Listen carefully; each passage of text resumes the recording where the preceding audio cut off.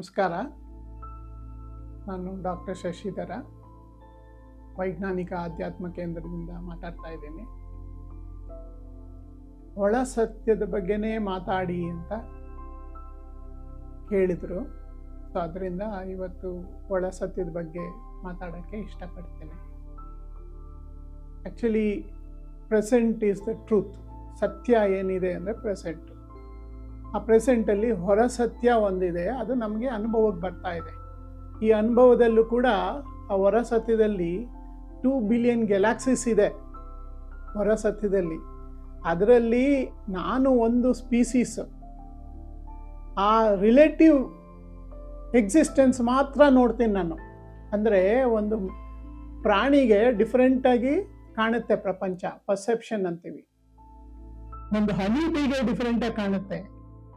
So ಅದು ಹೊರ ಸತ್ಯ.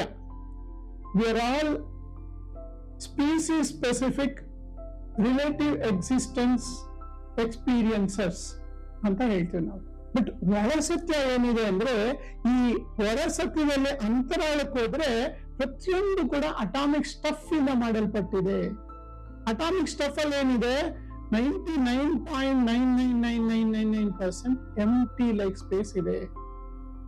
ಈ ಒಳ ಸತ್ಯ ಏನಿದೆ, ಇದು ಎಷ್ಟು ಪವರ್ಫುಲ್ ಅಂದ್ರೆ, ಕ್ವಾಂಟಮ್ ವೇವ್ಸ್ ಕ್ರಿಯೇಟ್ಸ್ ಅ ಹೋಲ್ ಯೂನಿವರ್ಸ್ ಅಂತೀವಿ. ಅಂದ್ರೆ ಯೂನಿವರ್ಸ್ ನ ಕ್ರಿಯೇಟ್ ಮಾಡಿರೋದೇ ಆ ಒಂದು ಕ್ವಾಂಟಮ್ ಲೆವೆಲ್ ಇಂದ. ಇದು ಇವತ್ತಿನ ಕ್ವಾಂಟಮ್ ಫಿಸಿಕ್ಸ್ ಹೇಳುತ್ತೆ. ಅದು ಕ್ಯಾಲ್ಕುಲೇಷನ್ಸ್ ಪ್ರಕಾರ ಅದರಲ್ಲಿ ಅಷ್ಟು ಪವರ್ ಇದೆ. ನಿಮ್ಗೆ ಗೊತ್ತಿರ್ಬೋದು, ಈ ಒಂದು ಆಟಮ್ ಒಳಗಡೆ ಎಷ್ಟೋ ಮೆಗಾ ಪವರ್ ತೆಗಿಬಹುದು. ಇನ್ನು ಅದ್ರ ಒಳಗಡೆ ಇರೋ ಅಟಾಮಿಕ್ ಸ್ಪೇಸ್ ಅಲ್ಲಿ, ಅಟಾಮಿಕ್ ಸ್ಟಫ್ ಅಲ್ಲಿ, ಅದನ್ನ ಕ್ವಾಂಟಮ್ ಎಸೆನ್ಸ್ ಅಂತ ಕರಿತೀವಿ. ಅದರಲ್ಲಿ ತುಂಬಾನೇ ಕ್ರಿಯೇಟಿವ್ ಕೆಪಾಸಿಟಿ ಇದೆ.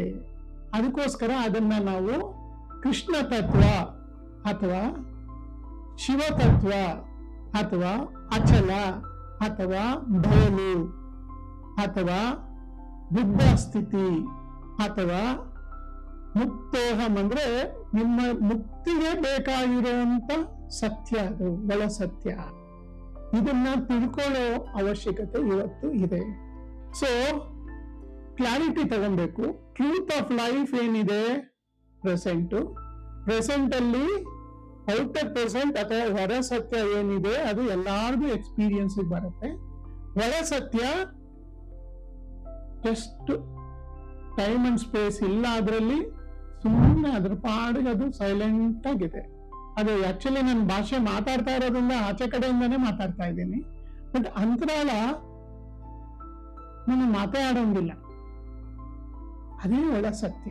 ಅದನ್ನೇ ಪ್ರತಿಯೊಬ್ಬ ಋಷಿ ಮುನಿಗಳು ಕೂಡ ಅಹಂ ಬ್ರಹ್ಮಾಸ್ಮಿ, ಅಯಮಾತ್ಮ ಬ್ರಹ್ಮ, ಮತ್ತೆ ಆಚೆ ಕಡೆ ಇವಾಗ ಎಕೋಸಿಸ್ಟಮ್ ನಮ್ಗೆಲ್ಲ ಹೊರ ಸತ್ಯ ಏನ್ ಕಾಣ್ತಾ ಇದೆ, ತತ್ವಮಸಿ, ಅದು ಕೂಡ ನಾನೇ.